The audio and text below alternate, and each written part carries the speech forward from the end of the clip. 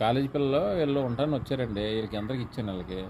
వీళ్ళకి 2 మంచాలు, 2 ఫ్యాన్లు, అలాగే సంవత్సరం పాటు ఉండడానికి డిష్ చేసి ఒక కొత్త డిష్ మాట 32 టీవీ పెట్టేసి ఇచ్చానమాట. నేను వీళ్ళకి ఫ్రిడ్జ్ కూడా ఇచ్చాను, ఏ ప్రాబ్లం లేకుండా ఉండండి అని ఇచ్చాను. సామాన్లు కూడా వాడుకోమని ఇచ్చాను. అందుకనే ప్రతి లేట్ చేశారంటే మంచం పాడు చేశారు, పరుపు చేశారు, ఎలాగ చేశారు, పరుపు అనేది పాడు చేసి ఇలా కుక్కగా వేస్తారు మాట. అలాగే పరుపు ఒకటి ఇలాగ సామాన్లు పాడు చేసేస్తే ఎవరెత్తారండి వీళ్ళకి ఇల్లు చెప్పండి. కాలేజ్ స్టూడెంట్లకి ఇలాగా ఏది ఉంటే అది పాడు చేసేస్తాను. డోర్లు పాడు చేసేస్తుంటారు, ఏముంటే అది పాడు చేసేస్తుంటారు.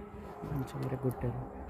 మంచం ఇరిగిపోయి లోపల మీకు చూపిస్తాం కదా, వీడియో తీసుకొచ్చి కావాలి. మీకు కూడా కట్టలేదండి అలా 2 నెలలు. చెప్పండి. 2 నెలల నుంచి కూడా కరెంట్ బిల్లు కట్టలేదు.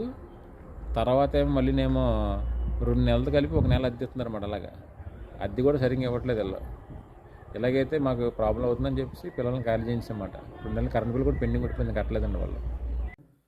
మనకి ఇళ్ళల్లో దిగినప్పుడు మనకి మా చుట్టాలకు గిఫ్ట్ ఇచ్చారన్నమాట అద్దం వల్ల. వాళ్ళు వాడుకోమని ఇస్తే వాళ్ళు ఏం చేసినారంటే ఇలా మొత్తం ఎరగొడే అద్దమ్మని కూడా.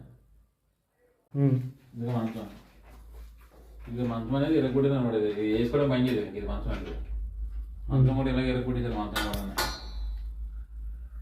వీళ్ళకి ఏ వస్తువులు ఇస్తే ఆ వస్తువులు మటుకు పాడు చేసేయడమే. ఇక టీవీ వచ్చాం,